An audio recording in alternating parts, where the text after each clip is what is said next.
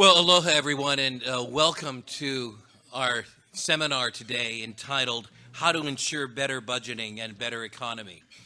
You know, budgeting is so important in our own households. If we get it wrong, if we don't know how much we have and how much we owe, we can get into big trouble. Well, unfortunately, our government doesn't always know what it has. In fact, it doesn't know. It doesn't know what it owes. And not surprisingly, at the state level at least, we get into a lot of trouble. Right now, one of the common refrains at the state capitol is that we are in the midst of a financial bonanza. Money is growing on trees. And basically, that's because of federal funds that have come in during COVID. It's partly because of inflation and partly because naturally, when we open up the economy after having shut it down so tightly for 2 years, there's going to be more activity. But just because technically and on paper the state may be flush with money doesn't mean that we're in a very good position. That has not changed whatsoever the fact that we have one of the lowest ratings in the nation in terms of cost of living, with the highest cost of living. Infrastructure, the ease with which to start a business and to keep it going, the level of debt our government is carrying, the pace at which residents are leaving Hawaii, and you've seen our Grassroots Institute documentation of why people are leaving Hawaii.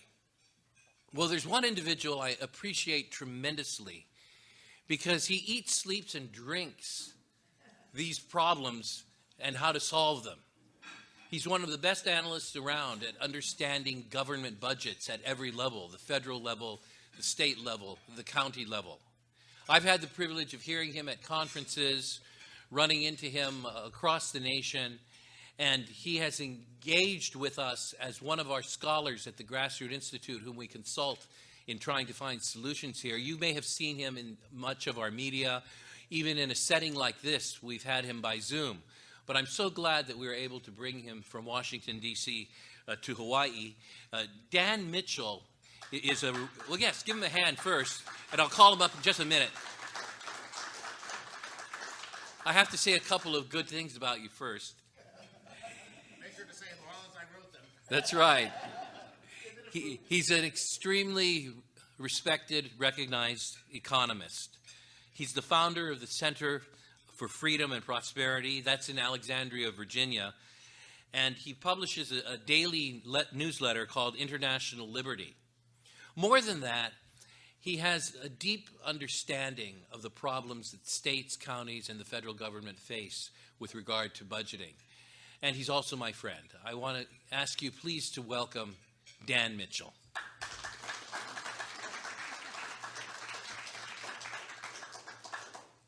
Great having you here in Hawaii. You want to say hi? Well, hello.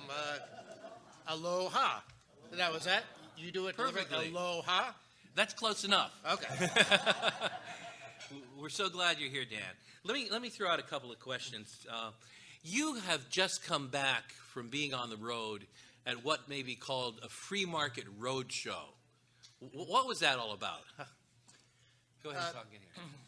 Every year, the Austrian Economic Center and the Hayek Institute in Vienna, Austria, organize a whole series of conferences around Europe that are designed to sort of rebuild the ideas of classical liberalism that actually originated in Europe. And so actually 3 times this year, I was over in Europe doing different legs of this tour. It's sort of like, you know, the old tourist things where you spend one day in every city. Well, we do the same thing, except you're just busy. You're waking up, you're going to a conference, you're giving a speech, you're having dinner, you're going to sleep, you're waking up, going to the airport. Sounds like fun. So you wind up doing this for like a week here and a week there. But you get to meet a lot of good people, and you're hopefully sort of rejuvenating this idea, the ideas that you talked about of individual liberty and free markets. And of course, in Europe, they need that message a lot. Absolutely. So next time you plan one of these trips, let me know, and we'll organize a cruise. We'll call it the Frederick Hayek Cruise with Dan Mitchell. Now, well, actually, I should say that one of the big friends of the Grassroots Institute, Lee Schoolin, was yes. part of one of the legs that I was on. So yes, Hawaii does get represented, but we'd want more people, I'm sure. Wonderful, wonderful. Now Dan, real briefly, when you compare budgeting in terms of government budgets at the federal level to the state and local level, what's the primary difference? The main difference is that Washington has a much bigger footprint. And those of you who are in business and paying taxes, you probably know this, because as bad as Hawaii's tax system is, with a top rate of 11%, that's just a fraction of what the federal government does, where depending on how you're counting different surcharges, the federal tax rate, top tax rate, is about 40%. And if you look at total government spending as a share of the economy, state and local governments are not even 1/3 of the total. Washington represents by far the biggest chunk of government spending in the United States. Now, by the way, it didn't used to be that way. It used to be back in the days when we still had real federalism and constraints on the power of the federal government. It used to be that state and local governments were twice as big as the federal government. And that, of course, I think was a better approach. Well, talking about state government, I was speaking with one of our legislators recently who chided me on Grassroots Institute encouraging lower taxes. He said that would ultimately work against the people who need the government to spend money. And then he cited an oft-heard quotation in Washington, D.C. The government must spend money in order to make money. For every dollar, he said, that the government spends, it produces $1.50. Dan, what are your thoughts? Put your truth detector on and tell us what your thoughts are on that. I don't know whether your legislative friend knew this or not, but he was spouting the idea of Keynesian economics. And the idea of Keynesian economics is that government borrows a bunch of money and just dumps it onto people, and then people go around spending it, which sounds good. If you're showered with money from Uncle Sam or the state, of course, you go out and you spend some of it, and the person you spend it on then spends it on someone else. Wonderful theory, except where did the government get the money in the first place? They had to borrow it out of the economy before they could give it away. And so there's no net increase in what Keynesians call aggregate demand, the total amount of money. Well, actually, I want to be fair. You can, if you're borrowing from China or something like that, for a little while, you could have more consumption than what you produce in your economy. So yes, in a few narrow circumstances, for a little while, you can artificially boost your consumption in your economy, but of course only by going further into debt and lowering your living standards in the future. But the bottom line is, your friend is wrong. He's misguided on that. Government crowds out the private sector, and of course the private sector is more efficient. So he's wrong. Too bad. I just voted for him. But in any case, in the race to spend more money, the government is actually winning in some ways. And here in Hawaii, our Grassroots Institute research has shown that one race they're winning is against the private market. Over the last decade, our government here in the state of Hawaii has been spending at a pace twice as fast as the growth of the private sector. What's the danger of that? The danger of that is that as you crowd out more and more private sector activity, you need to remember that it's ultimately the private economy that generates the wealth that government can spend. And as government keeps growing faster and faster than the private sector, what does that mean economically? I always think of it in sort of these wonky terms. It means that the burden of government as a share of the state economy, and by the way, the same problem exists in Washington, so we also have government, the federal government growing as a share of the economy. What does that do? It means we become more and more like Italy and Greece as a country, and are those role models? Are those examples that we want to follow? The government simply doesn't spend resources and allocate resources as efficiently or as intelligently as people who have to follow bottom line incentives. That's why a vibrant private sector is needed. And I try to tell my friends on the left in Washington, if you really want to have money to redistribute and you want to have government take care of those truly in need, don't kill the goose that lays the golden egg. You need to keep the private sector strong. You need it creating jobs, generating income, because otherwise, at some point, there's nothing left to steal. And that should motivate a politician more than anything. There you go. Now, thank you. We could go on with this banter, but I'd be stealing time from your presentation, and we all want to get to these detailed economic charts and the big words like aggregate demand and so forth. But do me a favor, though, Dan. Speak to me, the person who doesn't understand the technical jargon, so that we can get a good grasp on the very important things that you have to share. Now, I want all of you to feel free to ask questions. So we're going to put up a microphone right over here. And when Dan is done, I invite you to walk up to the microphone, say who you are, and ask your question. But until then, for the next 25 minutes or so, please give your full attention to our wonderful speaker today, Dan Mitchell. Dan, take it away. Thank you.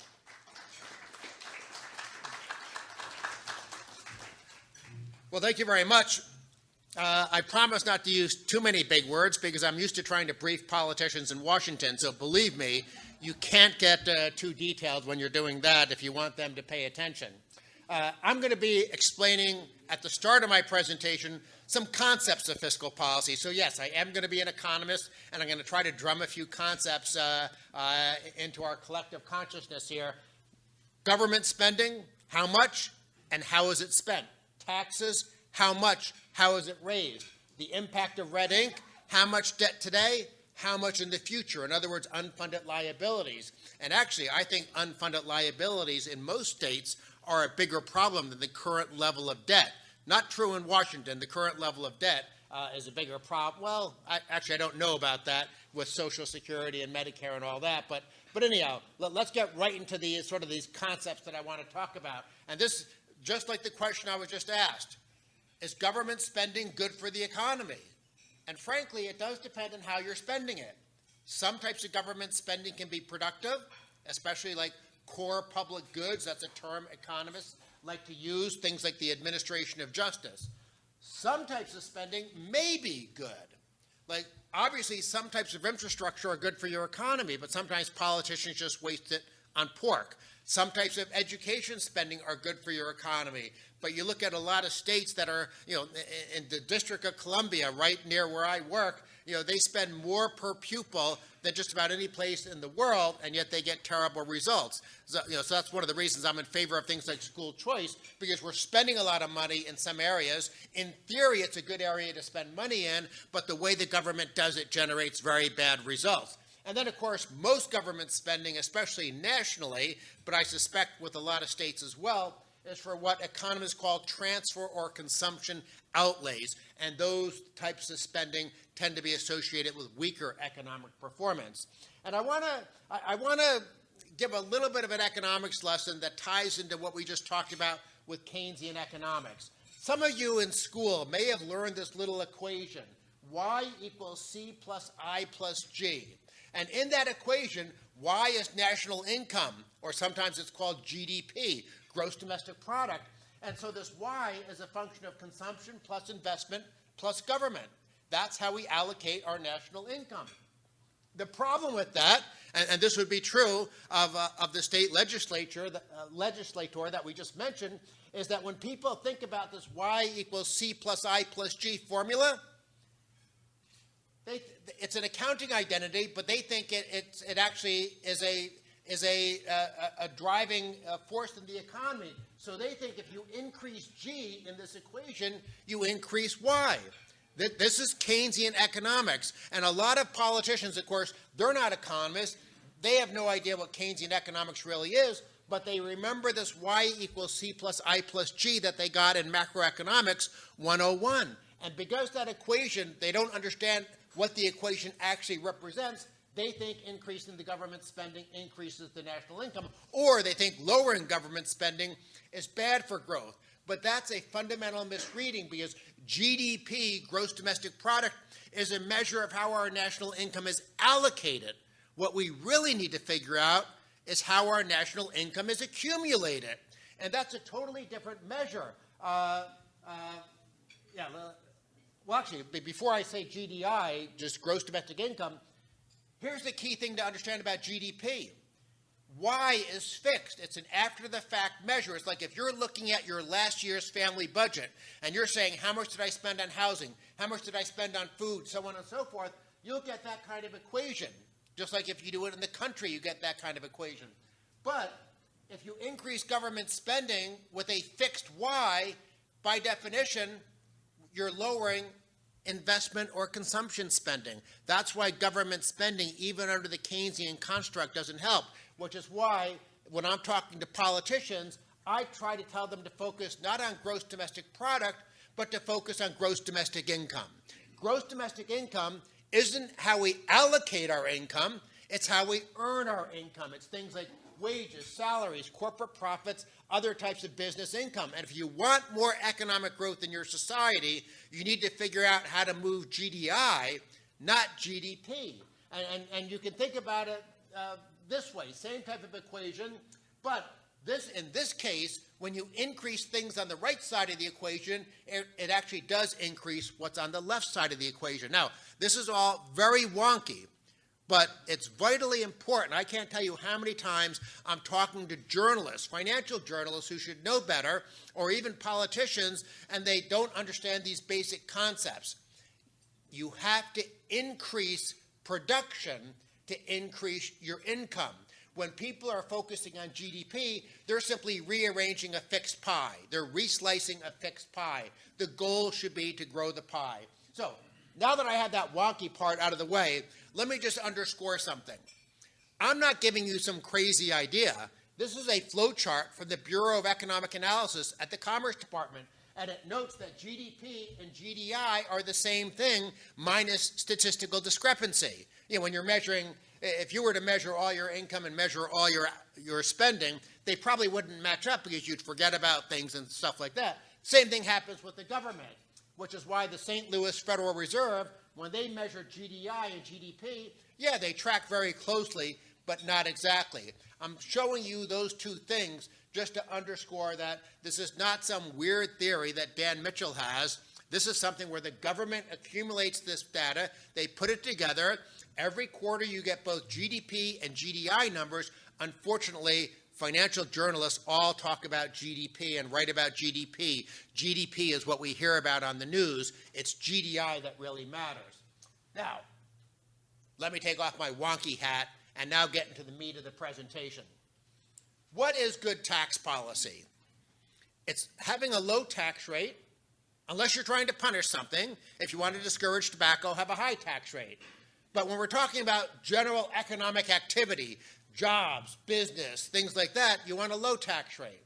And you also don't want to double tax saving and investing, which is a big problem in Washington. It's not so much a big issue on the state level. But I want to show you a couple of things that I like using these little visuals when I'm talking to politicians because it helps them understand.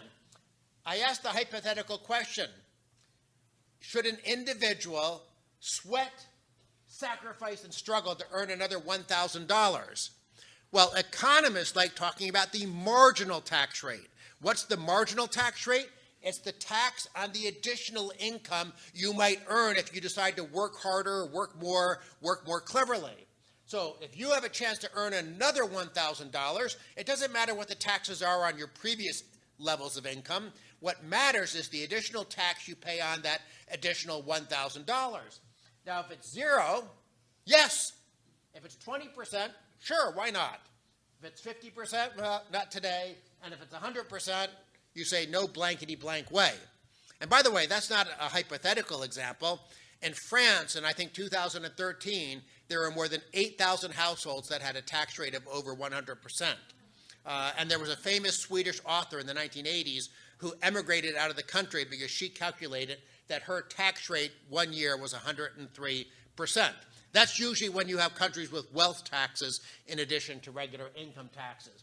But the point is, keep the tax rates low on things that you think are good and have the tax rates high on the things that you think are bad.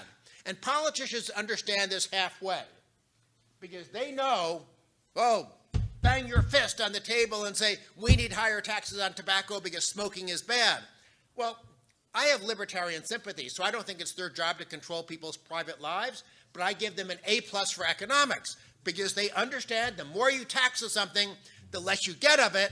But as the famous Velociraptor meme tells us, if it's bad, if higher taxes on cigarettes deter smoking, what do higher taxes on work do? Of course they're going to discourage work. Not for everyone, and not on everyone by the same amount. Economics is always about all sorts of different preferences people have, different sensitivities, or as economists say, we talk about elasticities. Why don't we just say sensitivities? But we like jargon. But the point is, some people are very sensitive to taxes, some people are less sensitive to taxes, but overall, when tax rates go up, economic activity or whatever is being taxed goes down. So if you want to tax cigarettes at a high rate, okay. Like I said, I don't want to control people's lives, but okay, there's a reason you do it. Why on earth would you want to tax work, saving, investment, entrepreneurship, the things that generate the wealth for our society? And remember the little Q&A session we just had up here. If you believe in helping the less fortunate, you want a vibrant economy generating lots of income and wealth so you actually have something to redistribute. And unfortunately, some of our friends don't understand that. I want to make one point about saving and investing. And again, I already said this is mostly a problem in Washington. Between the capital gains tax, the corporate income tax, the double tax on dividends, and the death tax, you could have income tax as many as 4 different times if you save and invest. But if you consume, you don't get hit with those taxes.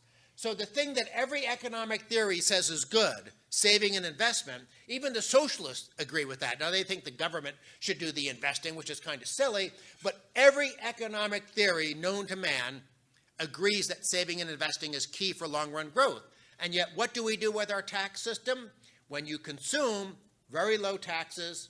When you save and invest, very high taxes. And the analogy I use when talking to politicians, because again, you have to keep it simple, is I tell them to imagine that they owned an apple orchard. And I say, you have the land, you plant the trees, you tend the trees grow, you fight off pests, you do all these things. That's capital expenditure. The tree is capital. And eventually that tree is going to bear fruit. That's the income that is generated by the saving and the investment. How do you harvest that fruit? Do you pick it from the tree or do you chop down the tree? Now, maybe it's easier to harvest apples if you chop down the tree, but even a politician will understand if you chop down the tree, you're not going to have apples next year. Now, technically, we don't chop down the tree, we saw branches off the tree, but the net effect is you have fewer apples next year. Now, why do politicians do that? Because rich people own the apple trees. So in order to punish the rich people, they decrease the supply of apples, which is the income for the rest of us and the prosperity for the rest of us. So I'm a big believer that the whole class warfare approach is fundamentally misguided. Now that I've sort of gone through a little bit about government spending and taxes, let's talk about fiscal policy in Hawaii. The good news is that you're not at the very bottom of the list. You're 15th from the bottom. You have or depending on whether you see the glass as half empty or half full, maybe you like it if you have the 15th highest level of government spending on a per capita basis. But that's probably not a good idea if you believe in being more competitive as a state. So the spending level in Hawaii, and of course, as was already talked about in the introduction, government spending is on an upward trajectory, growing faster than the private sector. Now remember, what is the private sector? The private sector is your tax base. So if your tax base is growing like this, and your government spending is growing like that, that is not a very sustainable approach. That's a recipe for either endless tax increases or endless debt increases, and none of that will end very well for a state, or a country for that matter. But as bad as government spending is in Hawaii compared to other states, the tax system is really the main problem. According to the Tax Foundation, you're ranked number 41.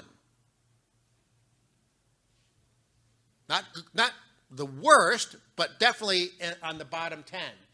And when you focus specifically on top income tax rates, which is what really drives a lot of investment and entrepreneurship and small business activity, you either have the second or the third highest rate. Why do I say either? Because it depends whether you count New York City local taxes in the equation. Because if you live in New York City, yes, your top tax rate will be higher than Hawaii, but you live in Syracuse or someplace like that, Hawaii will have a higher tax rate. And of course, California is the worst state in the nation in terms of taxing entrepreneurs and investors. But here's the fundamental problem with that comparison. You don't start paying the high tax rate in New York until your income is about $1 million a year. If you live in Hawaii, whether you're looking at single or married couples, you're talking about $200,000 to $400,000 is the level of income where you start paying that 11% rate. So nowhere else in the country are sort of these, upper middle class people taxed as heavily as they are in Hawaii. So you are at the bottom of the list, or again, if you like high taxes, you're at the top of the list. But since I don't like high taxes, I don't think that's a good list to be at the top of. Now here's a map showing the top tax rates. You don't want to be sort of the dark red or maroon, whatever that color is. And you can see Hawaii right here is a very high state. And by the way, several people have told me since I've been here that Las Vegas is the 9th island of Hawaii. Notice that Las Vegas in Nevada, there's no state income tax. So ask yourself, is it worth 11% of your income as a successful person to live in Hawaii? Hawaii is a great place. This is my third visit. It's wonderful. But if I was a successful entrepreneur as opposed to just a policy wonk that, for the most part, you don't get rich being a policy wonk, or at least I haven't. So if I was actually very successful, would it be worth paying 11% compared to living in Florida, Tennessee, Texas, Nevada, so on and so forth? Probably not. Now, again, I want to stress something I said before about the sensitivity to taxes. Different people have different sensitivity.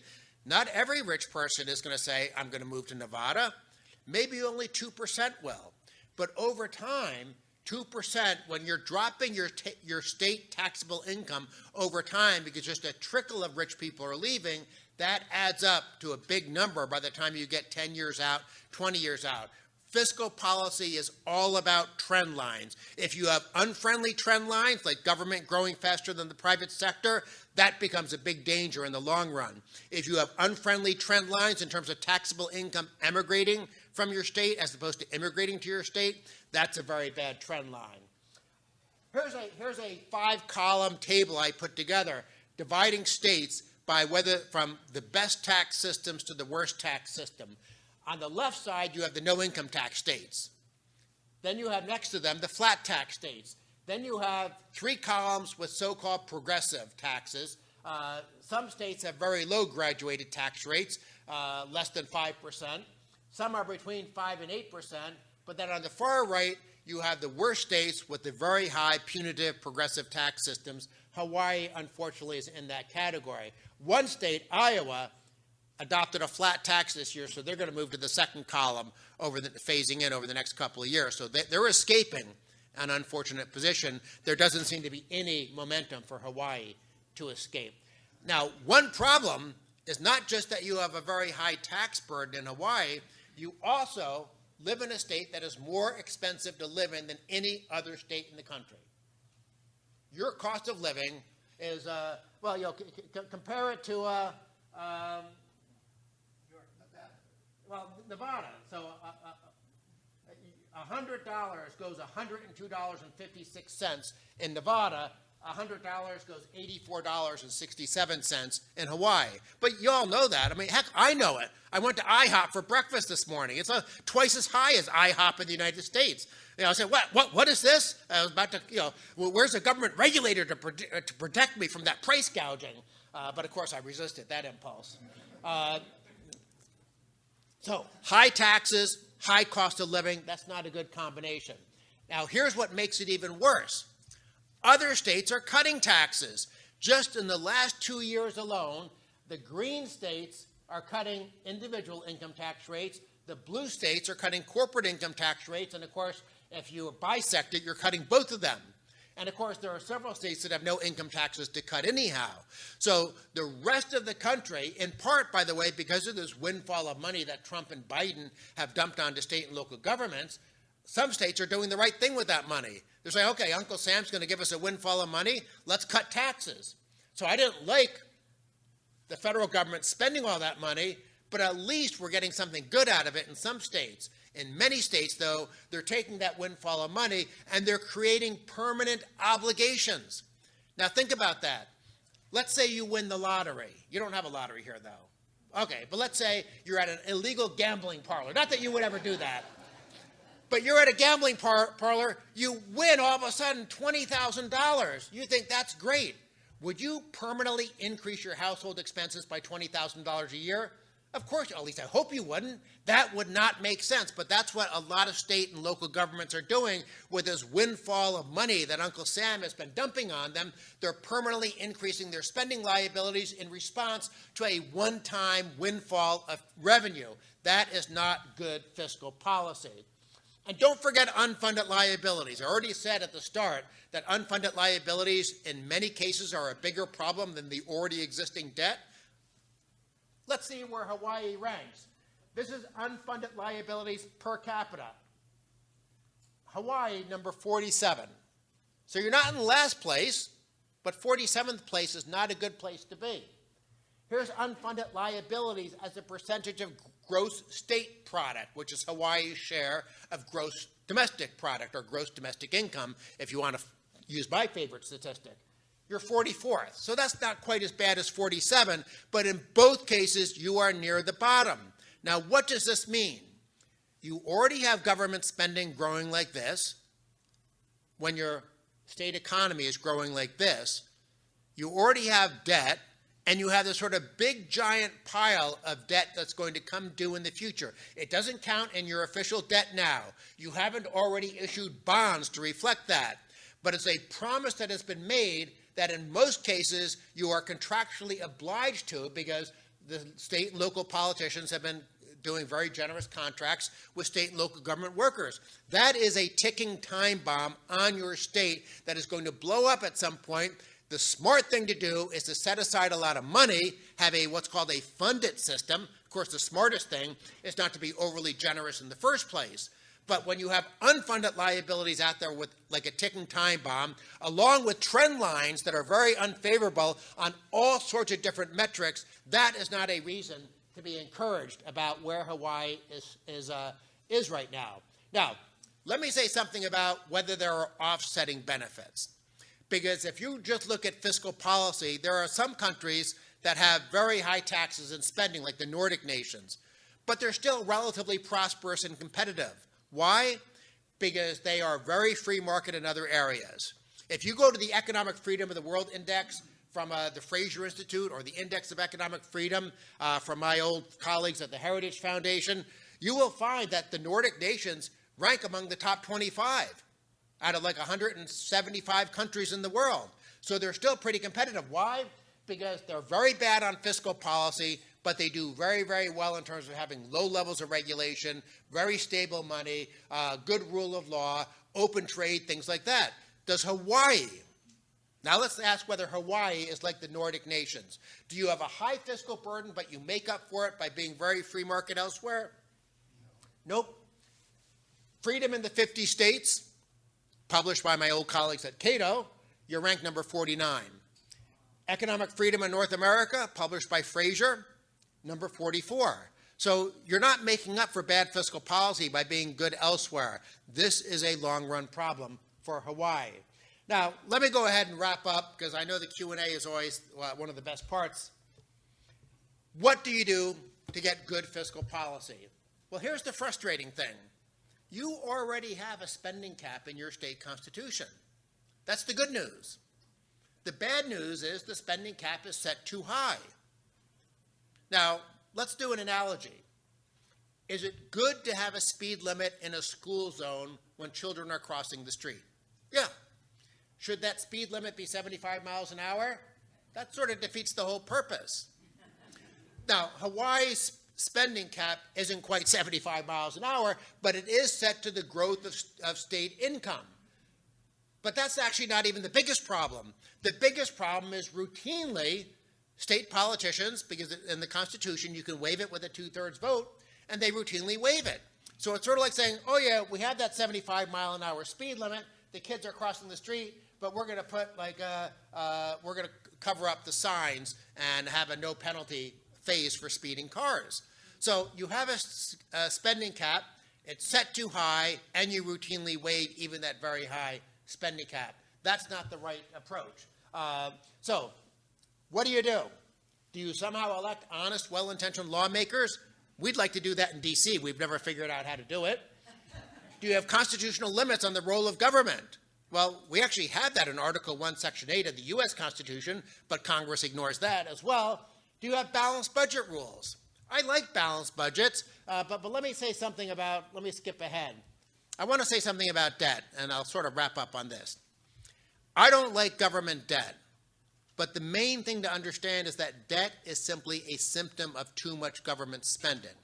If I go to the doctor because I have a headache, and the doctor does like those MRIs or CAT scans and tells me I have a brain tumor, is my problem headaches? No, my problem is the brain tumor. The headaches are a symptom of the problem. And let me show you why balanced budget, well, first of all, balanced budget rules don't work. We have balanced budget constitutional provisions in California, New Jersey, Illinois, states like that. You have anti-deficit rules in places like France, Spain, and Italy. None of that stops the big spenders from taxing and spending their states or countries into a whole. But let me show you this. This is the federal government's revenue on a year-to-year basis. When the economy is growing, politicians spend money hand over fist. When the economy is in a recession and revenues fall, if there was a balanced budget requirement, what do you think they're going to do? They're going to raise taxes. They're not going to cut spending. Cut spending in a recession when people are hurting? We can't do that. Our job is to play Santa Claus. So when you have a balanced budget requirement, what you are telling politicians in places like California, Illinois, is that they have to raise taxes. That's why Hawaii has the right theory, a spending cap, but you have the wrong execution. The Colorado's Taxpayer Bill of Rights, their spending cap is much better. It is set at population plus inflation. And 9 out of 10 years, population plus inflation is lower than what's happening to gross state income. Not only that, but it's very difficult for Colorado politicians to try to increase the spending cap by increasing revenue. Why? Because you have to have a vote of the people to raise taxes. So I've mostly given you depressing information here today. But there is a solution. You have the framework of a good idea in your Constitution. You just have the wrong design and execution. Copy Colorado.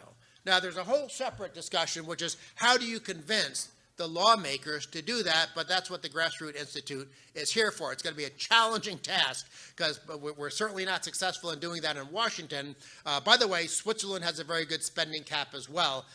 They're, of course, a role model in all sorts of ways for fiscal policy. But limiting spending, let me get to my 3 challenges. First, understand the problem, government spending. Second, figure out how to bend the cost curve down. But then the big problem is, how do you convince politicians to handcuff themselves? That is our challenge in Washington. That's your problem here in Hawaii. That's the problem in Greece. That's the problem in 99.9% of the political jurisdictions in the world. So with that, I'll shut up, and we'll have Q&A moderated, and happy to take your questions. Let's have a hand for Dan. Good job. Well, you've helped to make clear a very confusing topic, and it's so very important for us to not only understand it, we need to talk to our state legislators and others so that they can understand the budgeting process. If you have questions for Dan, now's the time to ask them. We have a microphone that will be right here. Melissa has it, if you'll step up over here, Melissa. And if you'll just stand in line, that'll be great. So, Melissa, would you come over here? And anybody who'd like to speak, come on up the line. One question to which the answer may probably be yes is, Dan, would you like to come over to our house and have dinner sometime this weekend? Well, that sounds like an easy yes. 5-star restaurant, would that do okay? I suspect whatever you choose will work just fine for me. So you're going to be flying out on Sunday, is that right? Sunday evening. Sunday evening. Okay, so right after the seminar today, come on up and Dan will book it himself. That'll be good. If you'd be so kind to introduce yourself and ask your question, Andrew will I'm Andrew Zimmerman, and my question is, I think most of your analysis was based on taxes pretty much diminishing a society's ability to create wealth, generally speaking.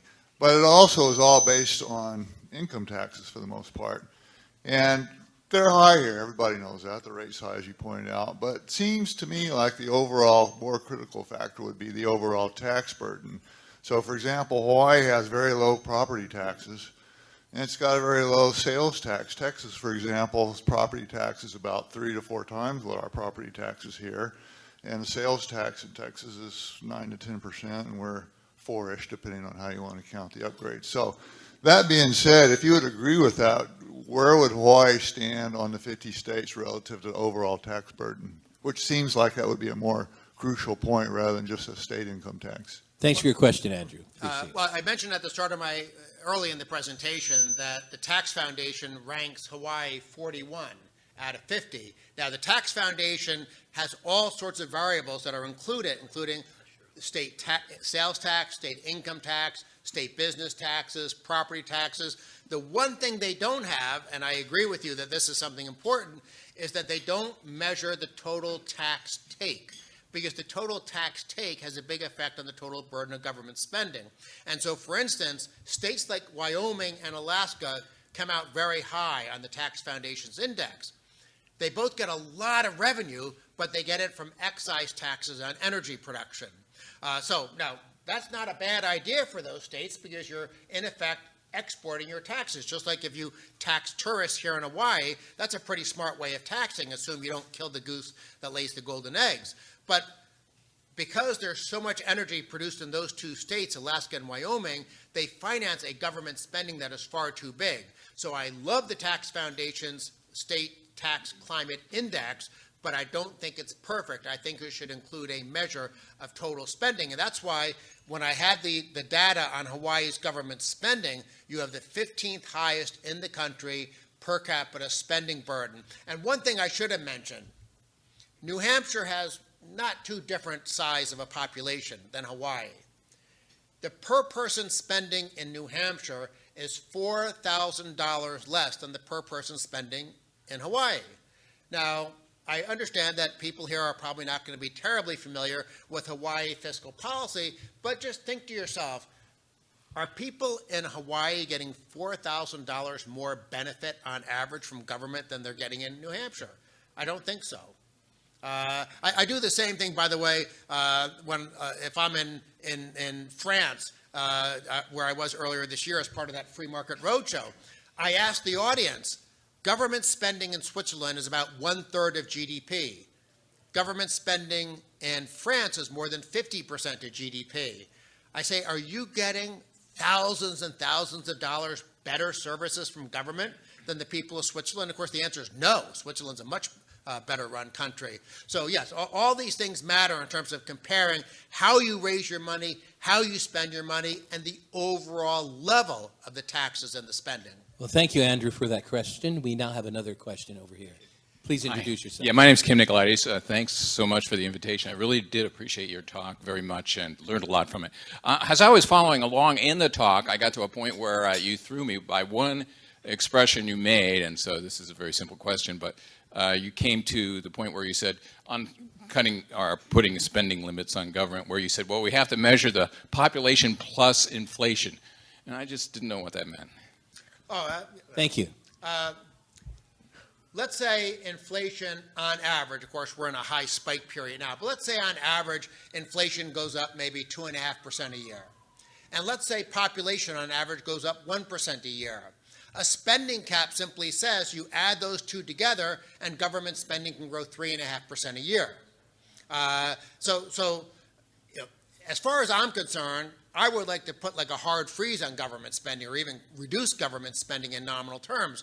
But in terms of what's politically sustainable, I think the Colorado spending cap, which technically actually is a revenue cap, the way Colorado actually works under their taxpayer bill of rights is total revenue to the government cannot grow faster than inflation plus population, but when you marry that provision to a balanced budget requirement, it means that spending can only go up at population plus inflation. I didn't want to get into the weeds with all those technical details, but it is a well-functioning, very successful, very durable spending cap that works. And that's why when I'm speaking internationally, I cite Switzerland as an example because it works. When I speak domestically in the U.S., I cite Colorado as an example because it works. But in terms of just the basic man on the street, all they need to understand is that there's no reason why government should be growing any faster than the population plus inflation. And if you do that, remember, usually the average year, your economy is going to grow a little bit faster than those two things. So over the long run, you actually increase the size of your private sector relative to the burden of government. So it is a very important goal. Thank you, Dan, and thank you, Kiban. We have another question over here. Hi, I'm Annie. Annie, introduce yourself. Annie Burns. And my question with regards to unfunded liabilities and a shrinking tax base like Hawaii has, does Hawaii get a mulligan in a way because, well, the tax base may be shrinking, we're always going to have rich people that want to come here because we're like the awesomest place ever. Thank you, Annie. I mean, with regards to beauty and such, if you're rich, what's the problem? And aren't we all, unless we kill the goose that lays the golden egg and we become, like a bad place to visit. Well, what you want is not just to be a place for rich people to visit. You want them to move here, but then you want them to move here while they're earning income. Because if I'm a rich person, nice thought, if I'm a rich person and I basically want to retire and I move to Hawaii and I'm not, okay, I'm getting some income from my investments and stuff, but I'm not in my peak earning years. So Hawaii isn't really benefiting. I mean, it's benefiting from me, but not benefiting from me as much as if I was an active participant in the economy. That's what you really, really want. Now, the IRS data, by the way, and I was looking at it pre-COVID because COVID, any data over the last couple of years is going to be just a mess and unsustainable. But pre-COVID, Hawaii, on net, loses taxable income because of migration patterns inside the United States. You don't lose nearly as much as California or New York. They literally lose tens of billions of dollars of taxable income to states like Florida and Texas, in part because Florida and Texas don't tax it. But the IRS, again, tracks that data on an annual basis. Hawaii right now is not a net winner from that. You're not a big net loser because it is a great place. People want to be here. And here's something I said yesterday in Maui, sort of talking about these same issues. You can afford, because of the attractiveness of your state, you can afford to tax more than average. Doesn't mean you should, but you can afford it because people want to be here, just like people want to be in California. For a long time, California got away with having higher taxes and a bigger burden of government. But eventually you get to that goose killing the goose with the golden eggs point. And that's where California has already run to the brick. Well, I'm mixing my metaphors, but you know what I'm saying. California is now having a big outmigration, even though it is probably on the continental U.S. the best place to live in terms of climate, topography, recreational all sorts of things. But now people are leaving. And Hawaii isn't as bad as California, but I'm not sure I would feel comfortable with where you are right now and with the trend lines on where you're heading. I like that tourism slogan. We should put it on bumper stickers. Hawaii isn't as bad as California. Go ahead and introduce yourself. Hello, I'm Luke McKinney. One of the things I noticed you pointed out was one, you wanted to handcuff the government from producing certain things and how to limit spending, and also the core government functions. I've noticed a lot of people, when they think of core government functions, is kind of whatever I want the government to produce. It's been a while since I got my degree in economics, but I remember there's 3 definitions or limits on what the government is actually efficient at producing, and it should limit itself to producing only those things. I know one is exclusivity. I can't remember the other 2 on the top of my head. But I think that would help if whenever a politician was to say, hey, let's produce this, let's spend money on this, if they had to explain it, how government is the most efficient producer of that good and service instead of the private sector. Yeah. Thank you, Luke. For those of you who didn't get into the details of economics, like Luke obviously did, there's something called public goods, which I mentioned before, and I think the two terms are non-rivalrous and exclusability. Of course, am I even saying that right? But the point is, it's like national defense on the federal level is considered a public good. It's something that benefits everyone, and you can't deny somebody the benefits of it without denying everyone the benefits of it. Now, that doesn't mean that you should have a bloated defense budget with lots of waste in it, but it does mean that core function of national defense is a public good, theoretically benefiting everyone in the country. I use the example of administration of justice being a core public good. There are actually technical terms for these things in the public finance literature. I did not want to bore everyone with them, but Luke raises a very good point. What do we want government to do? And if you want to maximize your growth and your efficiency in your economy, you want to try to keep government as focused as possible on providing those core public goods. Now, you can relax the definition and also include things, as I indicated, like capital, human capital like education, physical capital like ports, roads, sewage systems, and stuff like that. The problem is most governments spend most of their money on other areas, redistribution, consumption spending, and these things, they might be truly heartfelt. Politicians may vote for these things for the very best of reasons, but they do enough of that, and you wind up having a very negative effect because you trap poor people in dependency, and then you have to have high tax rates on people who are still working, and that's what eventually spins out of control and becomes grease. And that's the problem. Once you open the door for government to start engaging in these activities, what's to stop them every year from deciding they want to play Santa Claus even more and more and more? And that just doesn't end well. Well, thank you. And we have time for one more question. I see Rob Burns is over there. Come on up and introduce yourself and ask your question. I'm Rob Burns. You know, it just seems like Mr. Zimmerman said something like low taxes or 4.5, but the reality of that 4.5% tax, not that it's supposed to have gone away already, but it's probably going to get bigger. Isn't it around 16 or 18% at the bottom line when you step on it? You know, this guy wholesales this to this. Oh, it's a cascading tax? Oh, yeah. Oh, okay, then that's okay. I thought the sales tax wasn't that bad, but most. Right. I believe our friend is asking a question. Mm-hmm. Although the sales/GET tax is about 4.5%, what's the ultimate impact and ramification of that upon the citizen? Well, when I talk about value-added taxes in Washington, because one of my big efforts is to make sure we don't get that additional European-style hidden sales tax in the United States, a value-added tax. You have a tree farm. You sell your trees to the lumber mill. The lumber mill sells the trees to a factory to make furniture. The factory then sells the furniture to a wholesaler, who then sells it to a retailer. A value-added tax hits at every level of that production process, but you rebate the previous taxes at every level of the production process.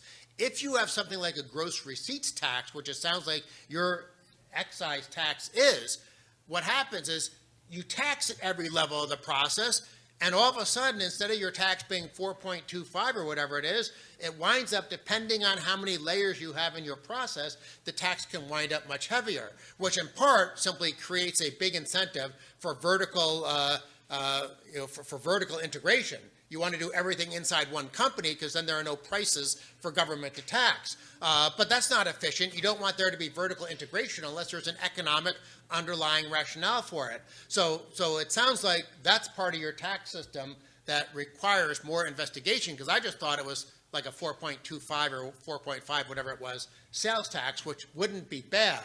But a cascading tax, because that's what it means when you're taxing at all sorts of different levels, that can wind up being a much, not only a harsher burden in terms of the total amount of money, but it can be a very inefficient tax because it does create all these incentives for businesses to structure themselves in certain ways just to avoid that cascading effect.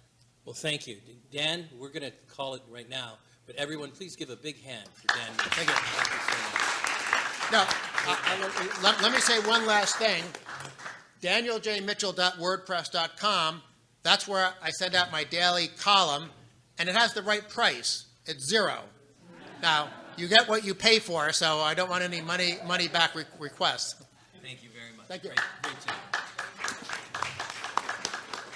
Well, we're so grateful that Dan joined us here all the way from Washington, D.C., and I mean it. He'll be here for a couple of days, and if you want to get together with him, have coffee, or go out, take him out, feel free to do that. Just go up to him.